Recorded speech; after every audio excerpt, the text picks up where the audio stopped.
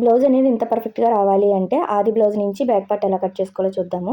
వచ్చిన లెంత్‌కి 3/4 ఇంచ్ కలుపుకోండి. అలానే తాళ్ళు పట్టీ దగ్గర నుంచి హుక్స్ పట్టీ వరకు ఇలా చెక్ చేసుకొని నడుము లూజ్ ఎంత వస్తుందో దాంట్లో 4 భాగాన్ని ఇలా టేప్‌తో ఫోల్డ్ చేసాము అంటే 4 భాగం వస్తుంది. పాయింట్స్‌తో సహా మార్క్ చేసుకోవాలి. అప్పుడే కరెక్ట్‌గా వస్తుంది. ఇలా ఒక పాయింట్ వచ్చినా కూడా కరెక్ట్‌గా మార్క్ చేసుకోండి. డాట్స్‌కి 1 ఇంచు ఖర్చులు మార్క్ చేసుకోండి. ఇది మనకి పెద్ద సైజ్ కాబట్టి 5.5 షోల్డరు, 6 ఇంచు చంక డౌన్ పెట్టుకొని ఇక్కడ 1 ½ పెట్టుకొని కరువు తీసుకోండి. ఇక్కడ మనం 1/2 ఇంచ్ ఖర్చుకు వదిలేసుకొని బ్యాక్ పార్ట్ తీసుకొని ఇలా చెక్ చేసుకోవాలి.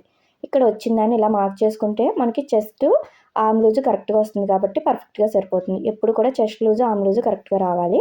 పైన 2 ½ పెట్టాం కదా, కింద కూడా ఇలా 2 ½ పెట్టుకొని మార్క్ చేసుకోవచ్చు. వీళ్ళు బ్రాడ్‌గా కావాలన్నారు కాబట్టి 3 ఇంచ్ పెట్టి ఇలా డ్రా చేశాను.